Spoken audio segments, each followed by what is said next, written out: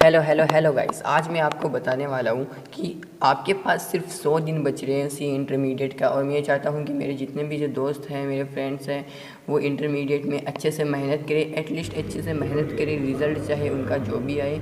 और सिर्फ 100 दिन ही बचे हैं, तो मैं ये एक्सपेक्ट करता हूँ कि जितने भी इंटरमीडिएट के स्टूडेंट हैं वो अच्छे से पढ़ाई कर रहे होंगे। अगर भाई तुम अभी भी पढ़ाई नहीं कर रहे ना, इसका मतलब ये है कि तुम्हें पास होने का कोई शौक ही नहीं है, तुम्हें सीए कोर्स ज्वाइन ही नहीं करना चाहिए था। खैर, जो बच्चे पढ़ाई नहीं करें उनका हम कुछ नहीं कर सकते, हम सिर्फ और सिर्फ अपनी मेहनत पे ध्यान दे सकते हैं। So here is some tips about your CA intermediate, how to pass in 100 days, या फिर आप ऐसे बोल सकते हो कि 100 डेज़ की स्ट्रेटजी क्या होने वाली है। अभी हमारे पास बिल्कुल भी टाइम नहीं है कि हम थोड़े से भी टाइम पास कर ले, थोड़ा सा रील स्क्रॉल कर ले। तो प्लीज़ मेरे भाई, प्लीज़ पढ़ लो, क्योंकि एग्ज़ाम बहुत करीब आ रहे हैं। और घर वाले जो भी है हमारे, उन्होंने बस यही उम्मीद लगाई है कि हम जैसे तैसे करके पास हो जाए। उन्होंने हमारे लिए न जाने कितनी मेहनत करी होगी। सो बस उन्हीं के लिए ये जो शेड्यूल है आप फॉलो कर लो और पढ़ाई कर लो। बस थोड़े से दिन बाकी है। तो ये 100 डेज़ स्टडी प्लानर जो है वो आपको बताएगा कि आपको 100 डेज़ के लिए स्टडी कैसे करनी है। First 30 days complete whole syllabus. पहले 30 दिन में क्या होने वाला है, अगर आप डेली के 5-5 घंटे पढ़ोगे ना, तो आराम से 30 दिन के अंदर आपका सिलेबस कंप्लीट हो जाने वाला है। नेक्स्ट 15 डेज़ के अंदर solve hard questions and writing practice theory के लिए। ठीक है, आपको प्रैक्टिकल जो पेपर्स हैं होने वाले हैं, लाइक अकाउंट्स हो गया, डायरेक्ट टैक्स हो गया, एफएम हो गया, इन जैसे क्वेश्चंस के लिए, इन जैसे पेपर्स के लिए आपको हार्ड क्वेश्चंस सॉल्व करने हैं। लाइक क्या, पहले 30 डेज़ के अंदर आपने होल सिलेबस कंप्लीट कर लिया, पूरा सिलेबस हो गया आपका। उसके बाद में उसके अगले 15 दिन में आपको क्या करना है, हार्ड क्वेश्चन सॉल्व करने हैं। जो आपको लगता है कि नहीं भाई ये मेरे से नहीं हो पाएगा, तो हमें वहीं करके दिखाना है, क्योंकि एग्ज़ाम में वहीं आने वाले हैं।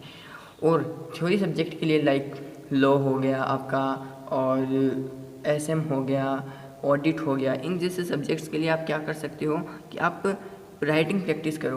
हाँ, बहुत मुश्किल होता है राइटिंग प्रैक्टिस करना, बिकॉज हमें ऐसा लगता है कि this is illogical, but no, this is very logical in your examinations. तो आपको राइटिंग प्रैक्टिस करनी है, ठीक है।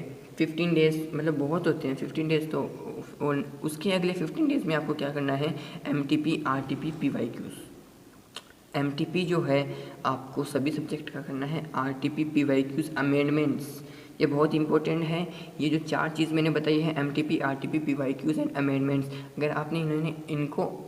अगर आपने इनको अच्छे से कर लिया तो आपकी तैयारी मतलब ऐसे मान सकते हो 70 to 80% हो चुकी है, बिकॉज आपने सिलेबस कंप्लीट कर लिया है, आपने हार्ड क्वेश्चन सॉल्व कर लिए हैं। अगर आपने 60 डेज़ के अंदर अगर इतनी भी मेहनत कर ली, तो आपकी 70 to 80% जो है तैयारी हो चुकी है एग्ज़ाम की, क्योंकि आपने पूरा सिलेबस कंप्लीट कर लिया है, हार्ड क्वेश्चन सॉल्व कर लिए हैं, राइटिंग प्रैक्टिस कर ली है, एमटीपी, आरटीपी, पीवाईक्यूज़, अमेंडमेंट सब कुछ कर लिया है। तो बचा क्या है, बचा सिर्फ रिवीजन है। तो अगले 30 दिन में आपको क्या करना है, रिवीजन करना है। ये टोटल हो गए आपके 90 डेज़। अब बचे 10 दिन, उनका क्या करना है। तो आप उन 10 दिन के अंदर आपको 5-5 घंटे नहीं पढ़ना है, आपको थोड़ा थोड़ा पढ़ना है। लास्ट 10 डेज़ के अंदर जस्ट चिल। आपको भूल जाना है कि आप काय की तैयारी कर रहे हो, कितने पढ़ाई करनी है।